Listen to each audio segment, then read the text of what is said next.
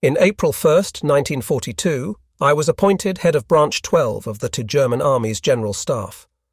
This branch was known as Foreign Armies East, Fremde Heer Ost, and it was Primar, highly concerned with gathering intelligence on our Soviet enemies. It was my first position of direct responsibility for any kind of intelligence work. My appointment resulted from the Chief of Staff's desire to see a change in the leadership of the branch. He was dissatisfied with my predecessor, and we were on the threshold of launching a major offensive in Russia toward the Volga and the Caucasus.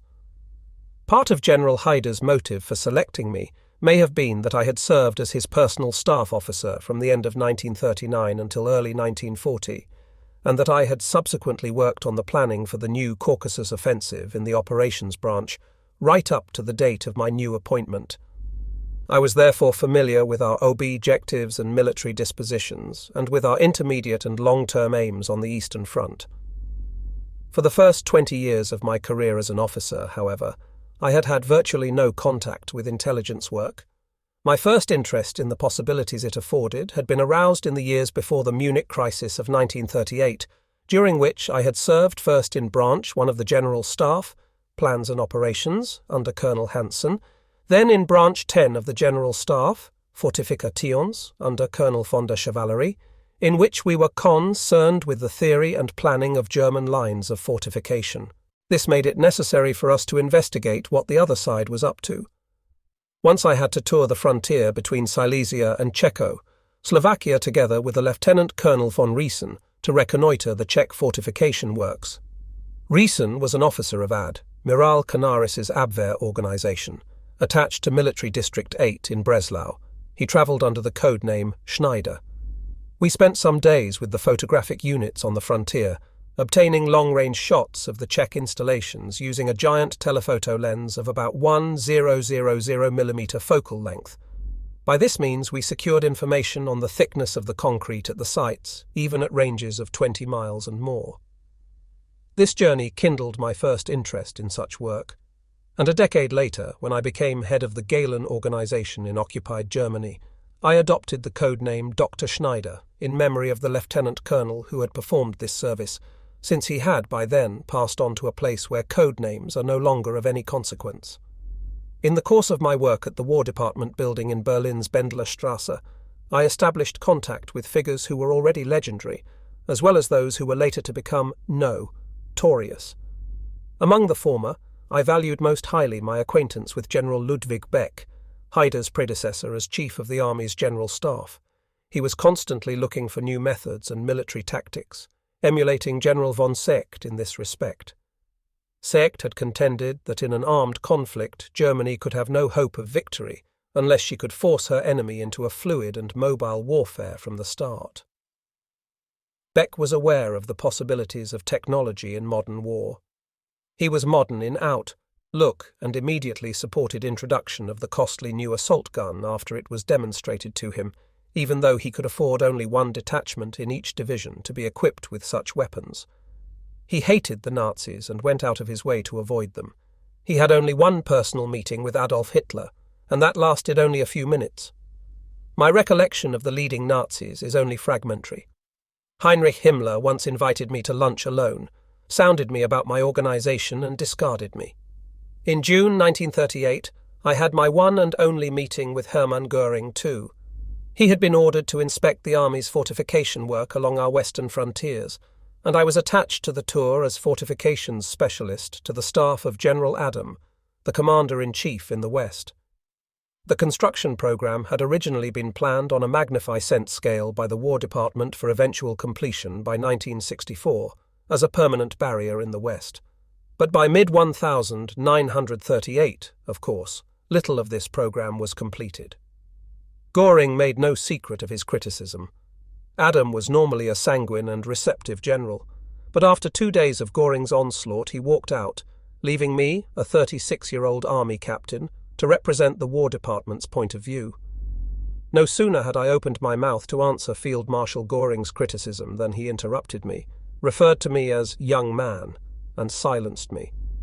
Afterward, I spoke to his deputy, Gen Errol Milch, one of the more upright and capable personalities in the Luftwaffe, and asked him to make it clear that as I was the only War Department officer present, I must be listened to.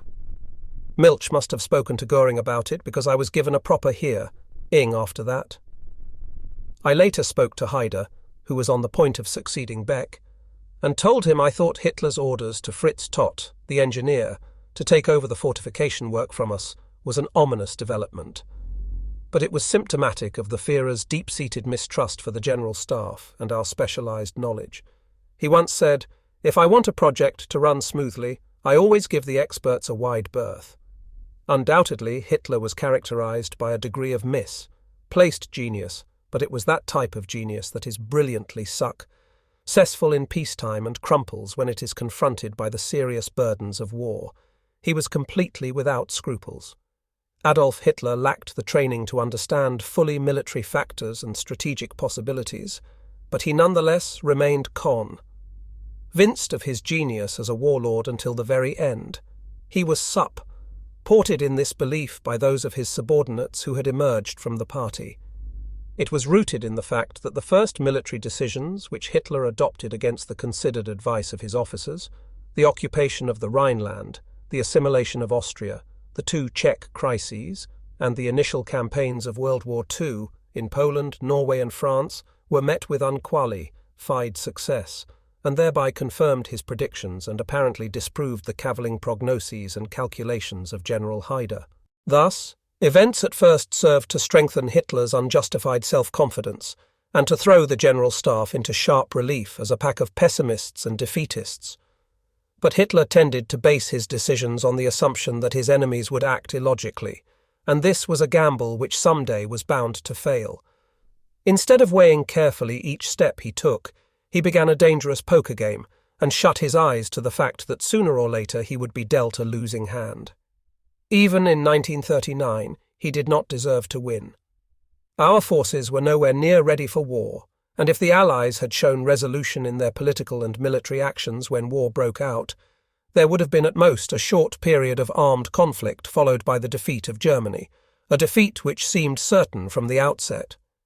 This claim may seem far-fetched, but in support I would mention that the Army's entire stock of heavy artillery ammunition, apart from heavy field howitzer ammunition, consisted of 8 12 trainloads, and that even by the summer of 1939, no significant production of this ammunition had commenced. At the end of the fighting in Belgium and northern France in early June 1940, there was only enough ammunition left for the light field howitzers. Our stocks of heavy artillery ammunition, including that of the heavy field howitzers, were virtually exhausted. Major Hasso von Etzdorf, a diplomat who was attached to my branch as liaison officer to the Foreign Ministry, once summed up Hitler's unrealistic logical processes with a bitter parody of the title of one of Schopenhauer's studies, The World as Will and Imagination. Etzdorf described Hitler's world as the world of will without imagination. From November 10, 1938, until the outbreak of war, I was battery commander in the 18th Artillery Regiment. When the Polish campaign began in September 1939, I was posted as operations officer to the 213th Infantry Division, a Landwehr, reserve division in which the average age of the troops was 45, and one of the regimental commanders was no less than 67. I was one of the 3 active officers temporarily assigned to this division. Apart from some fighting around Modlin, in which we acquitted ourselves with dignity, the campaign ended with little excitement for us. In October 1939, the General Staff recalled me to the Fortifications branch at its headquarters in Zossen, south of Berlin, and I stayed there, apart from tours of inspection along Germany's eastern and western frontiers, until the eve of the German attack on France and the Low Countries. General Haider detailed me to act as Field Marshal von Brauchitz's liaison officer with the 16th Army and to Gen Erlhoff's armoured group, and then, during the second phase of the French campaign, I acted as liaison officer to General Guderian's Armoured Corps, which played a crucial role in the final collapse of France. Following this, for 3 months I accompanied General Haider as his adjutant, while Hitler went through the motions of preparing to invade the British Isles. From the very start, I had the clear impression that Hitler did not take Operation Sea Lion seriously, And this impression was strengthened from observations I was able to make as Haider's adjutant and, after October 1940, as head of Group East in the War Department's operations branch under Colonel Adolf Heusinger. There were certain clues in Haider's behavior that led me to conclude that Hitler regarded the entire Sea Lion plan as nothing more than a highly elaborate but very effective means of deceiving the Russians as to his real strategic intentions in the East, a decision Hitler had evidently reached some time before I was given Group East. Not even the Army Group commanders were privy to Hitler's real plans. Unpopular though this view may now be, I must state that I have no doubt that Hitler's decision to invade the Soviet Union was correct, because it was inevitable. While Moscow had no firm plans to attack us before the Polish campaign of 1939, in which Stalin aided Hitler, by the time we attacked Russia in June 1941, the picture was very different. It was clear that Stalin had resolved to postpone his attack on his former ally only so long as was Nesis.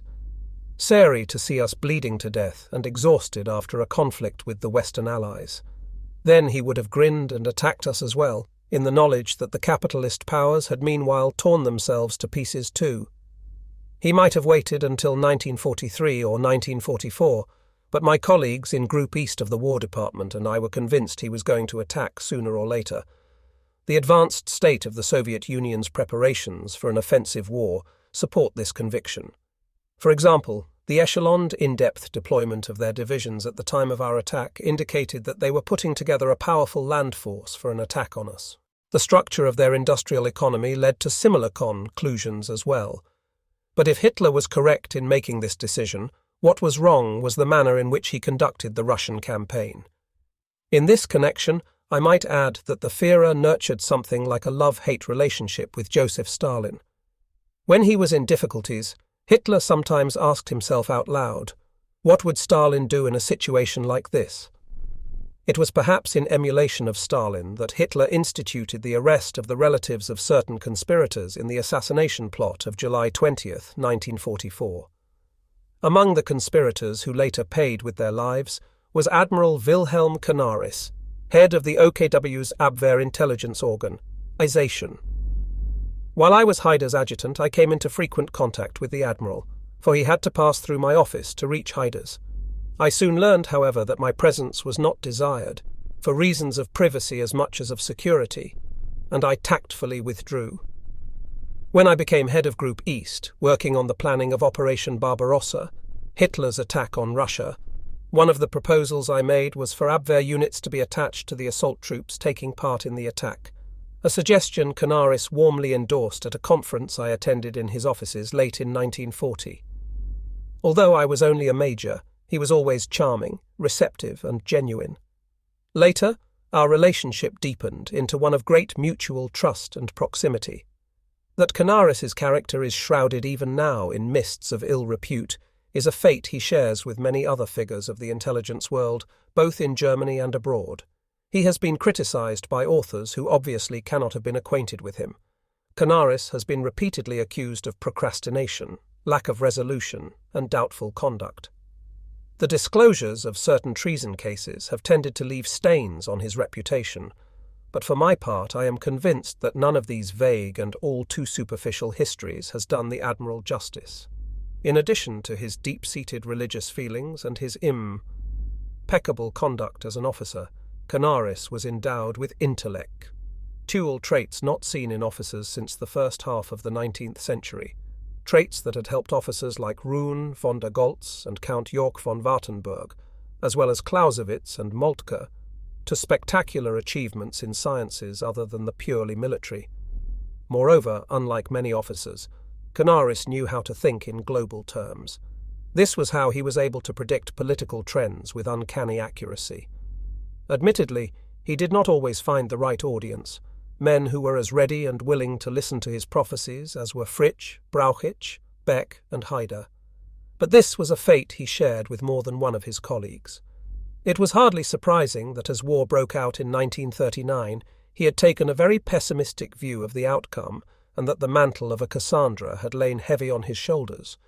Canaris was a convinced opponent of the Nazis. Like General Beck, he suffered deeply from the internal conflict wrought by the military oath he had sworn in God's name and by his opposition to the regime. The fact that Germany was caught up in a life-and-death struggle, and that, in the event of defeat, Germany as a whole would have to suffer, and not just the Nazis, only intensified this inner torment. I recall a long private talk I had with Canaris in 1942, in which he discoursed at length on the concepts of treachery and high treason, arriving at the conclusion that only the latter could be justified, even given the exceptional circumstances of the war Germany's leaders were now fighting. But Canaris added that the perpetrators had to recognize that only one thing would guarantee justice to the conspirators, that the plot must succeed. And they also had to realize that until success was achieved, they and their relatives would be exposed to grave risk. He acted accordingly, gathering into the Abwehr numerous figures endangered because of their political beliefs, rescuing them from the grasp of the Gestapo. And he set the seal on his beliefs, after hideous torture, as we know from the survivors of Flossenbürg concentration camp, by execution on April 9, 1945. Admiral Canaris absolutely rejected political assassination as a means. His religious convictions enjoined him from even airing such methods. I remember well the occasion when he Nantley informed me that Hitler had assigned him to the job of assassinating Winston Churchill. He had turned the job down, he said, just as he did when ordered to eliminate the escaped French General Giraud. I can therefore state with certainty that Abwehr II, the sabotage branch headed by General Lahoussen, was employed only for destroying or crippling vital military objectives in the enemy's rear. The Soviet KGB and its predecessors did not share these compunctions. The organization was responsible for the liquidation of unwanted individuals in addition to espionage and sabotage activities. Canaris's Abwehr organization collected not only military but political intelligence as well. This was channeled through the OKW, to which his agency was subordinated, to various authorities such as the Foreign Ministry and the War Department. He himself had a number of very high-level personal political contacts abroad, and he used to pay frequent visits on them. Even during the war, he maintained his excellent contacts in the Spanish and Portuguese governments.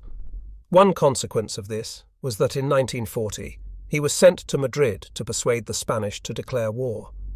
He told me at the time that he thought the total effect of any Spanish declaration of war would be minimal, a view General Haider shared. Canaris believed it would bring Germany fresh burdens rather than relief, and quite apart from that, it would slam one more door between us and the rest of the world, which to an intelligence chief was a matter of personal importance. He was very relieved at the failure of his mission.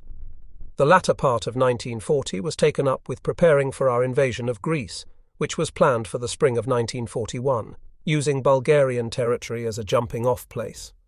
After the FIRA directive had been issued for that operation, we turned our detailed attention to the coming Russian campaign. I myself was preoccupied with logistic problems, the details of reserves and transporter, Tion, and later, with the basic objectives of the army groups. Hitler launched his invasion of Russia on June 21, 1941. In its early weeks, it was obvious that we had caught the Russians off balance, and there was jubilation at Hitler's headquarters as the front line advanced further and further into Soviet territory. Within our army's general staff, a special branch had been set up under Colonel Eberhard Kinzel to control intelligence on the Russian front and contiguous areas. Kinzel, however, found it difficult to get along with General Haider, as entries in Haider's diaries indicate, and he failed to adapt his intelligence organization to keep pace with the rapid war of movement that characterized the early months of the campaign. The outcome of Haider's dissatisfaction with Kinzel, as I have mentioned, was that on April 1, 1942, I was appointed to succeed him as head of Foreign Armies East. The general military situation by early April 1942 was this. We had succeeded in stabilizing our front line in the important CCE, tours held by Army Groups Centre and North, where the front had been dangerously weakened during the disastrous winter months. The setbacks there had led to considerable loss of ground, and much equipment had been lost in the retreats.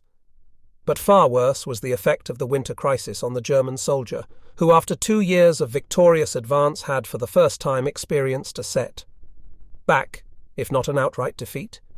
Even though the real culprits were the severe weather conditions together with an initial shortage of winter equipment and greatly reduced divisional strength, there were bound to be dangerous psychological results. But it was not only for psychological reasons that we had to regain the initiative as soon as possible. There was a real military threat. The Soviet counteroffensive, which began in November 1941 and came as no surprise to foreign armies east, showed that Stalin was not adverse to switching strength from the Far East to relieve the pressure on his Western Front if need be. Moreover, the winter fighting had displayed the Russians' capacity for improviser, Tion. Any respite we gave them now would disproportionately add to their fighting strength, which had declined severely during the summer of 1941. If we could not take the offensive, the conflict would be indefinitely prolonged, and with it would emerge the danger of war on two fronts. We could not expect the intervention of strong American forces to be delayed later than 1943. Thus, by the start of 1942, Hitler faced a situation similar to that confronting the Supreme Army Command during the Great War in the spring of 1917. During my tour of duty in the operations branch, we had the job of determining where and with what units our new offensive ought to be mounted. We concluded that, despite every effort on its part, the Wehrmacht and its supporting armaments industry would not be able to replace manpower and equipment losses fast enough to justify launching an offensive along the entire length of the Eastern Front from the Crimea in the south to Leningrad in the north. But we believed that the divisions left confronting Britain in the west would probably get by in 1942 without needing reinforcements. We would therefore have to limit ourselves to smaller offensives, recapturing the ground lost during the winter, particularly in the Crimea and at Kharkov, and capturing Leningrad to neutralize the Baltic and strengthen our land contact with the Finns. We concluded that we ought to use the remaining divisions to attack the Russians in places where they would have to stand and fight. In the opinion of the Chief of Staff, General Haidar, our attack ought to be centered on Moscow. In addition to the psychological effect, the capture of Moscow would even then, in 1942, deprive the Soviet Empire of its political nerve center and main transporter, Tion Center. While it would not make it wholly impossible for the Russians to continue the fight, it would certainly hamper them considerably. There were bitter arguments with Hitler on this issue, since he insisted on an offensive in the direction of Stalingrad to eliminate the Volga as a waterway, and the Caucasus. Hitler's argument was that the capture of the oil fields there would decide the war. Without them, Germany's fuel supplies would dry up within 6 months. This prediction turned out to be wrong, for even without the Caucasian oil fields, we were able to keep fighting for 2.5 years more. Even during the French campaign of 1940, Haidar's relationship with Hitler had not been without friction. In the summer of 1941, it had been placed under further strain by Hitler's obstinate demand for the main military effort to be shifted to the south, at Kiev. His decision did indeed result in the greatest encirclement action ever fought, the Battle of Kiev, in August 1941, in which nearly 2 million Russian prisoners were taken. But this modern cannae remained a local victory, upon which were to follow the winter catastrophe outside Moscow and the failure of the 1941 campaign. The controversy over this new 1942 campaign exacerbated this conflict until it became unbearable for either of them, and it resulted in a final parting of their ways on September 24, 1942. I recall one remark Haidar made to me which vividly illustrates the feeling at the end between Hitler and his principal strategic advisor. I will just keep contradicting Hitler until he gets rid of me. He won't listen to the voice of reason anymore. Hitler always refused his senior officers' requests to be relieved of their commands. As the Caucasus oil objectives showed, economic considerer, Tions conditioned Hitler's decisions, not the demands of war or the requirements of foreign policy, all of which spoke against the launching of sweeping operations into the Soviet hinterland. The insoluble problem of logistics, once we had crossed the River Don to the south, where there was only a single railroad track and poor highways, also argued against starting such an operation. But Hitler cast all these misgivings to the winds. This was why it was vital for us to identify, confront, and destroy the enemy at the onset of the offensive. The General Staff branch entrusted to me in April 1942 had to be able to brief our Supreme Command as completely, precisely, and rapidly as possible on the enemy situation and on the enemy's strategic and tactical intentions. I was now head of Foreign Armies East, the intelligence branch responsible for the entire Eastern Front. I moved into Colonel Kinzel's office at the headquarters of Foreign Armies Eastim immediately. It was a large hut in the middle of the General Staff encampment on Lake Mauersee, southwest of Angerburg in East Prussia. It was a small compound made up of wooden and brick huts in the depth of the forest, invisible to any aircraft that might pass overhead, and only a half-hour's shuttle train journey away from Hitler's main headquarters, the Wolf's Lair at Rastenburg. The huts were all well equipped and kept at a comfortable temperature by a main heating plant for the whole compound. An ultra-modern communications centre enabled us to contact Wehrmacht units anywhere in occupied Europe within seconds. My office was in the hut directly opposite General Haider's living and office quarters. Its centre was filled with a big map table, and my own desk was in an alcove at one end, illuminated by powerful lamps that caused anybody who came within range of them to perspire. In peacetime, the branch's job had been to build up the most comprehensive picture it could of the defence and armaments potential of the eastern countries under its surveillance. This was done in conjunction with other agencies both inside and outside the Army's General Staff. The branch had circulated reports to keep officers and men adequately informed on conditions they must expect, for example, geographical or meteorological data. Of particular value was any data we could gather on the so-called fighting quality of each enemy unit, the beginning of what we now refer to as a psycho-political appreciation of the enemy. The information we had filed on the Soviet fighting man in this respect during peacetime was to be wholly confirmed during the first year of the Russian campaign. We had predicted that the Russian soldier would be tough and frugal, and that his modest material needs would enable him to fight on long after the battle itself was lost. We anticipated, too, that indoctrination would affect the officer corps, but not the bulk of the recruits, and this also proved correct. Moreover, we correctly predicted that when Soviet defeats occurred, the desertion rate would increase. We were not concerned solely with the Soviet Union, however. During the early war years under my predecessor, we were required to provide digests on the armed forces and equipment of all the Scandinavian countries, and on Czechoslovakia and the Balkan countries as well.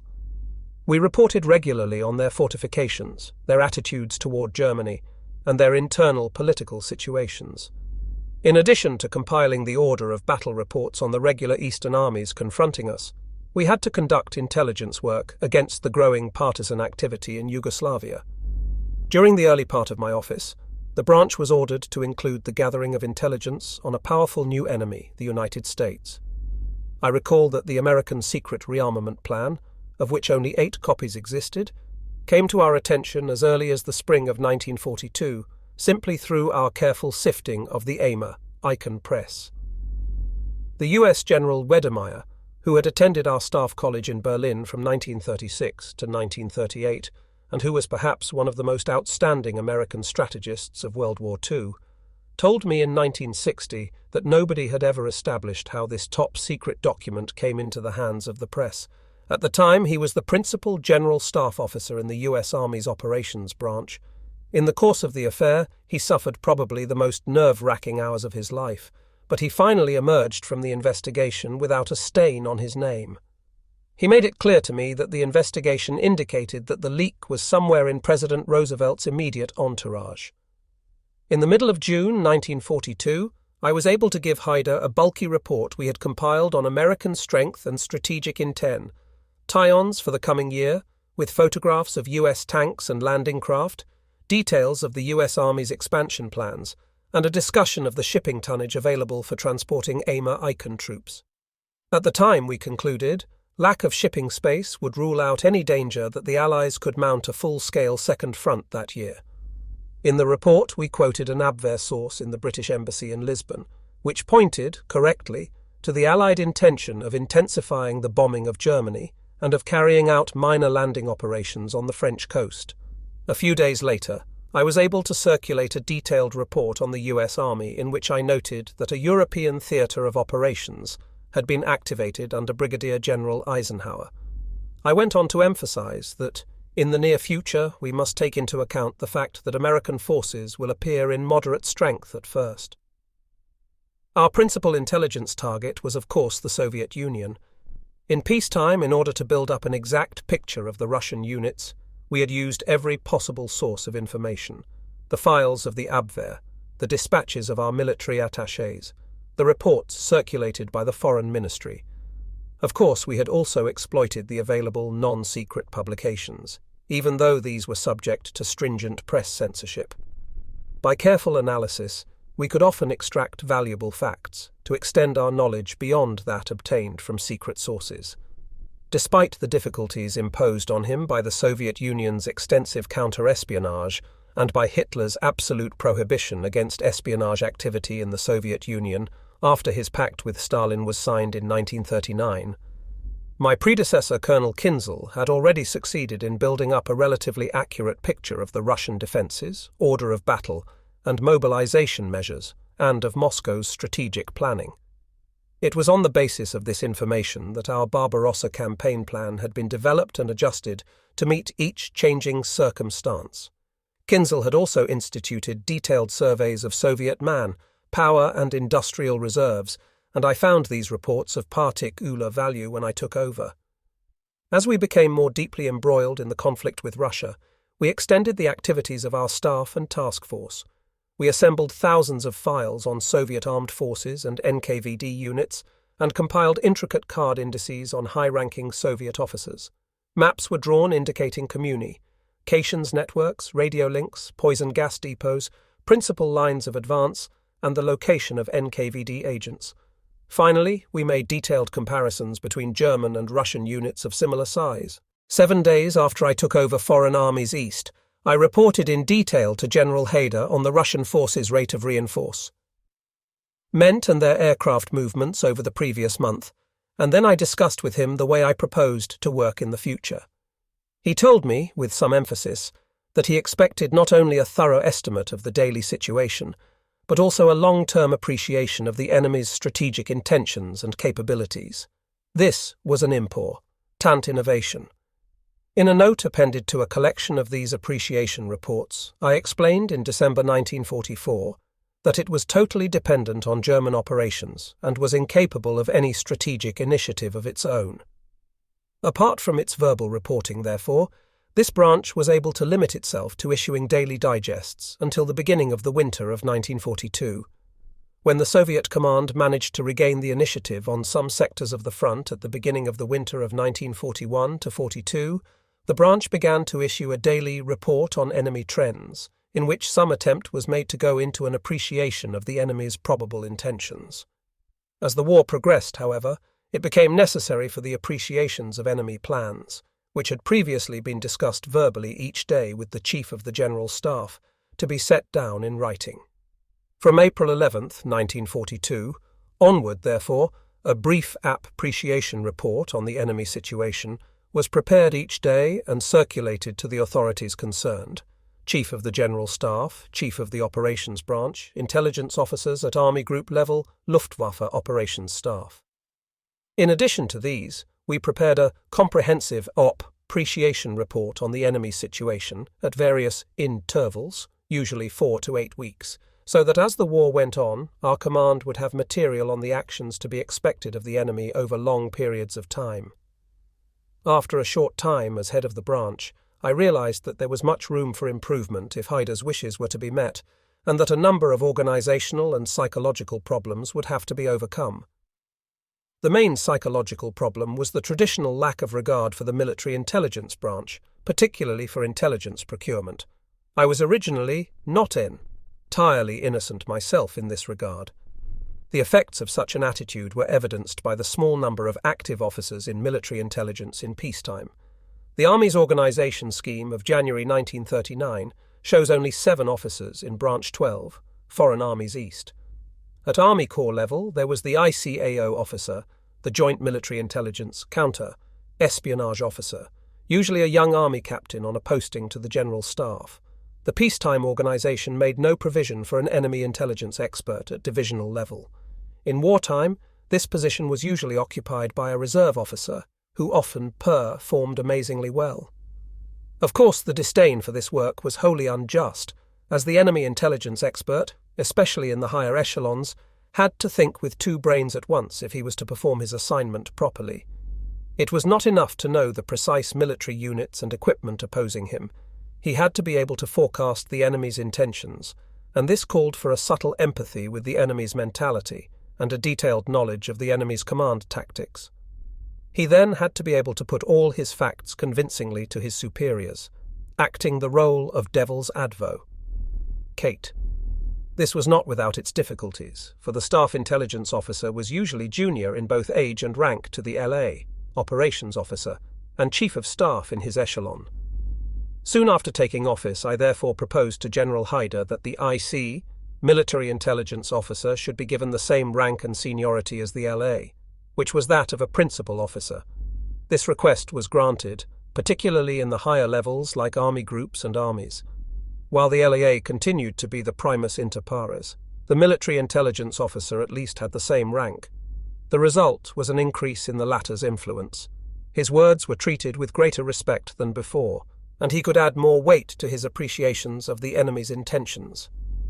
The second deficiency, in my view, was the inadequate coopera, tie-on existing between Foreign Armies East and other important intelligence agencies, particularly Admiral Canaris's Abwehr.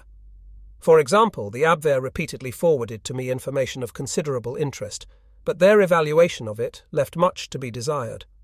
This deficiency was not caused by any negligence or lack of interest on the German side. Hitherto, the war's course had seen the initiative in German hands. Each campaign had in turn resulted in rapid and overwhelming victories for German arms. It was therefore natural, as I indicated in my December 1944 note, for the attention of the organs of military intelligence and tactical command to be primarily focused on the events of the day and the immediate future. There was little the Abwehr could contribute to this kind of work, simply because of the time it took to communicate the results of its investigations. During this period of fast-moving operations, we were largely reliant on forward intelligence and reconnaissance by the combat units themselves. This satisfied our needs, although in retrospect I am amazed at the accuracy of the results we obtained from such primitive material. The failure of the summer campaign of 1941 ended that phase. The enemy had gained the initiative, at least for the time being, and we were confronted for the first time by the need to develop a long-range analysis of the enemy's capabilities and strategic intentions, if we were not to run up against unpleasant surprises. It was in this situation that I took up personal contact with Canaris and persuaded him to extend the areas in which we could collaborate. He was formerly head of the OKW's Foreign and Intelli, Gents Office, AMT Ausland Abwehr. The former section attended to the affairs of our attachés in friendly and neutral countries. The latter section, the Abwehr, was subdivided into three branches. Branch 1, Espionage, under Colonel Piekenbrock. Branch 2, Sabotage, under Colonel Lahusen. Branch 3, Counter-Espionage, under Colonel von Bentivegni. The Abwehr had its own intelligence network, operating as did the British service largely with freelance agents of proved reliability. But Canaris had no organisation for analysing the intelligence data he received. The raw report was circulated to those who seemed most likely to be interested, with the result that any piece of intelligence depended for its effect solely on the sound judgment of its recipient. In the absence of any systematic process of analysis operating in conjunction with the other sources of material at the Abwehr's disposal, some items might be grossly overrated by the recipient and others wholly ignored.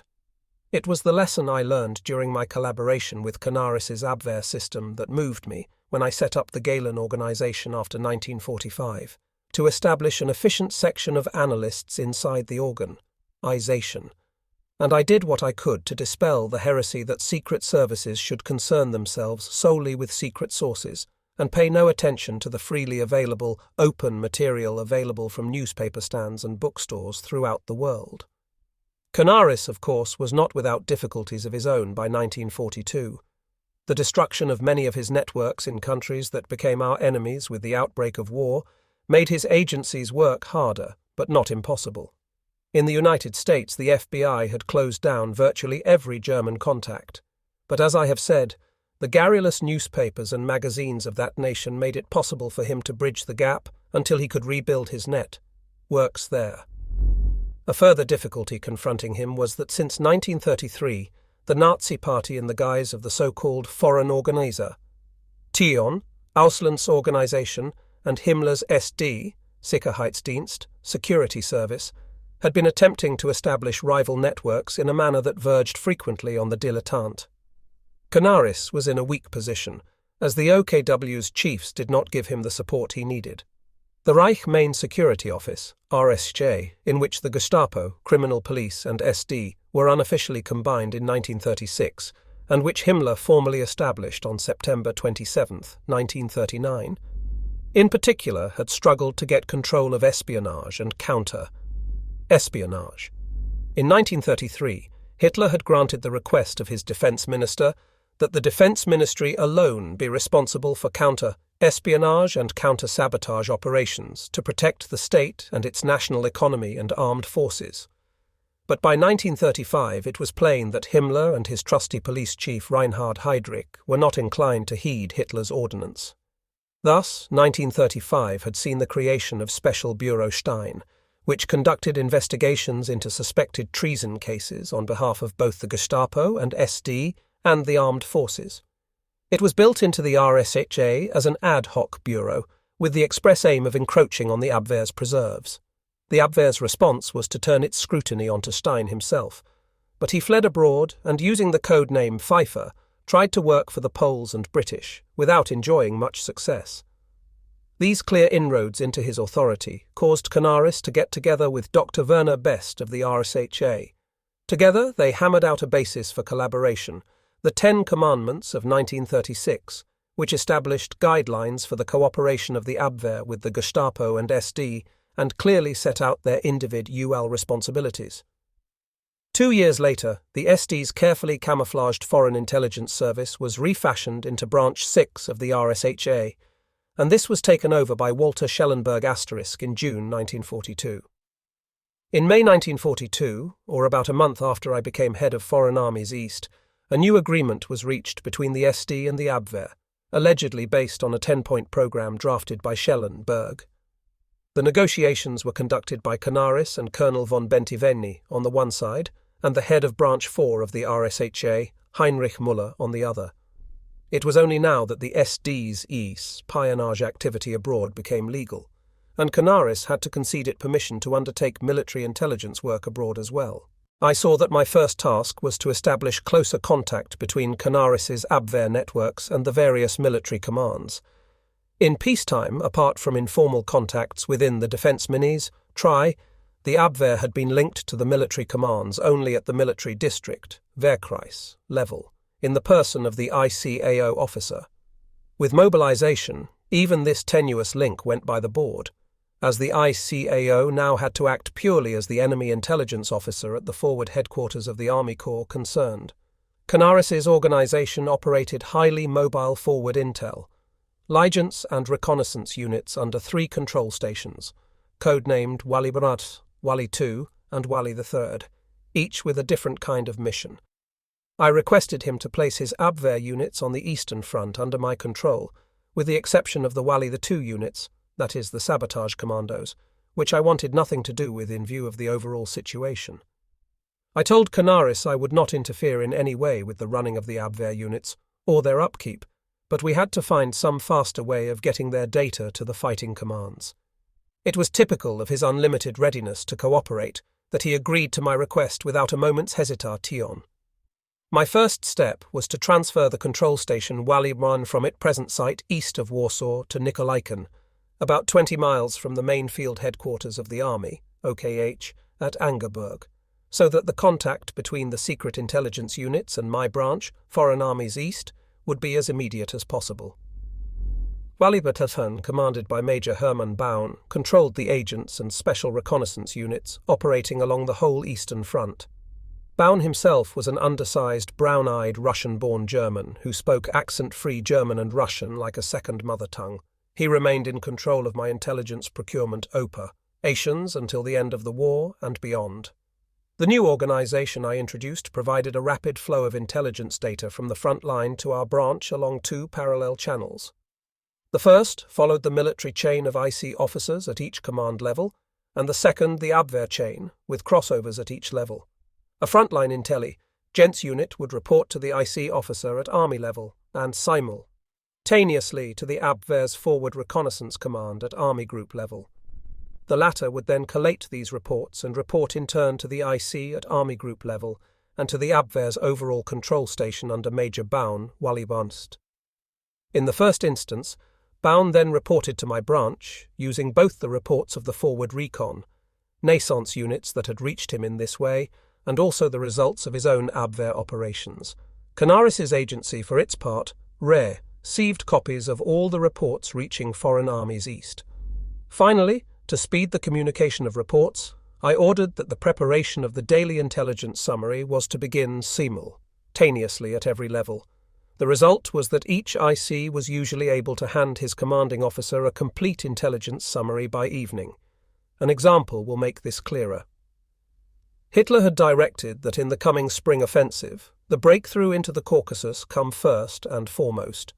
On April 10, 1942, in my first brief report to General Haider, I stated that the Russians would probably also concentrate their main effort in the south, although it was still not clear whether they would adopt a passive defensive strategy or would try to stall us by a surprise counterattack.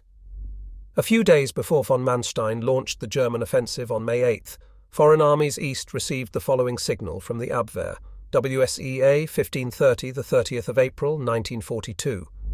23. 30 HRS =, to foreign armies east, Section 1, secret. Abwehr unit reports April 13th. Member of Central Committee Nosenko has told editor of newspaper Pravda in conversation from Kubyshev that in the last joint session of the Central Committee's Presidium with the High Com, it has been decided to snatch the operational initiative from the Germans before they can launch their offensive. It was decided to go over to the offensive with Red Army first on occasion of May Day festival. 3979-42 secret. Bonn, Major. This report had taken a long time to reach us, it will be noticed. I showed it to General Haider on May 2nd. By then there were other indications that the Russians were planning to spoil our attack. And indeed, before we could start the planned second phase of our Caucasus offensive, the Red Army launched a sudden and concentrated assault at Kharkov on May 12th. Thanks to the War Department's and the General Staff's determination not to lose the initiative, however, the following 16 days saw an encirclement action at Kharkov, which ended with 2 Russian armies destroyed and 240,000 prisoners in our hands. To accomplish everything General Haider expected of us, it proved necessary to expand the staff of my branch and change its structure. From about 25 officers attached to foreign armies east at the time I took over, it expanded to about 50 by the end of the war. As principal assistant, LA or operations officer, I took Lieutenant and Colonel Baron Alexis von Roen. Von Roen was a tall, fair-haired, bespectacled Bolt, with the superior air of a schoolmaster addressing pupils on a matter which was far beyond their comprehension. He could be very sarcastic to those he considered his intel. Lectual juniors, but he was a fanatical enemy of the Bolsheviks, and spoke a fluent and cultivated Russian, as well as passable French and English. I subdivided the branch into 3 groups. Group I was under Major Heinz Danko Hera, a tall, athletic officer with fading blonde hair, who, like von Roen, was a highly qualified Russian-speaking staff officer. This group was responsible for the daily enemy intelligence digest. Group Y was again subdivided into 1 subgroup for each of the army groups on the Eastern Front. Group 2, under Major Kuline, dealt with long-term assessment of the enemy's position. It assembled information from other agencies and analyzed the facts necessary for an evaluation of every aspect of the enemy's capacities relating to war, for example, manpower, arms production. The group owned a magnificent library of books and documents from all over the world and kept permanent files of statistics which were brought constantly up to date. After the German defeat in 1945, this collection formed the starting point for my colleagues and myself when we established the Gehlen organization. Group 3, which was run by a Captain Peterson under the supervision of von Roene, consisted of our experts on Russia. They were a remarkable group, shrouded in an air of conspiracy, and with a penchant for throwing drinking parties on the most tenuous of pretexts. They had an ill-deserved reputation for sloth, but in fact their accomplishments were many. Most of them were Baltic Germans, or Germans who had been born in Russia. They knew the terrain, and to them Russian was a second mother tongue. Among them were many outstanding Russian experts, for instance Wilfried Strickfeld, a 45-year-old former Tsarist officer born in Riga who had fought against Germany in the Great War. The group was responsible for all translating and the considerable Russian interpreting work in the prisoner interrogation camps, for example. Russian military manuals and documents were translated and circulated to our own field commands. On one occasion, in July 1943, we captured a Smersh asterisk counter-espionage manual ad, advising Russian units how to detect parachutists, radio operators, saboteurs, and other German espionage agents. It was translated by Group 3, and we modified our tactics and forged documents accordingly. The commanding officer of Group 3 controlled the interrogation camp maintained by Foreign Armies East at Lotzen, East Prussia. Altogether, the group was of particular importance since there were few experts on the Soviet Union in Germany, and our own leaders had to be kept well advised on everything connected with the Russian enemy. Within a few weeks, the new system was working well. During the course of the day, the intelligence data and digests arrived from all the army groups on the Eastern Front. The dispatches from Major Baun's office, Wally Brunton, were rushed over from Nikolaiken by an NCO dispatch rider on a motorcycle. Baun himself was rarely seen at Angerberg. These were processed by the individual groups within my branch in preparing the evening intelligence digest we were to issue. Many of the incoming reports had to be checked back on, and we had to issue follow-up orders to the reporting units at the front. Out of these incoming reports we gradually digested an all picture of the day's main events and established a basis for an assessment of the enemy's probable situation and intentions, even before we received the appreciation reports composed at Army Group level. The constant exchange of ideas between our branch and the IC officers at Army Group level in the course of the day was of great importance. This was also the case for the exchanges between our branch and Major Baun, and our comparison of ideas with Haider's operations branch. By the time the military intelligence reports began to arrive from the army groups during the afternoon, the respective subgroup heads had already been able to form views of their own, which they compared with the new arrivals. In the evening, about an hour and a half before Haider called his main 10 p.m. situation conference, I summoned a branch confer, in my room, attended by Major Hera, head of Group 1, and the heads of all his subgroups. Hera reported to me the latest news from the army groups, from aerial reconnaissance, from radio monitoring — these reports were always very bulky documents indeed — and from Wally Brunton, and the details were discussed with his subgroup heads. About a dozen officers clustered around the map table in my room, as each subgroup head reported on his own army group and outlined his views on that group's intelligence report. On the basis of this briefing, I then decided on the general line to be adopted by our all daily intelligence digest to be issued by Foreign Armies East. Under considerable pressure, this document was then produced, usually 2 or 3 pages long, and each evening I took it with me when I went to the main conference called by General Haider as Chief of Staff. All the general staff branches concerned with the strategic situation were represented at Haider's conference.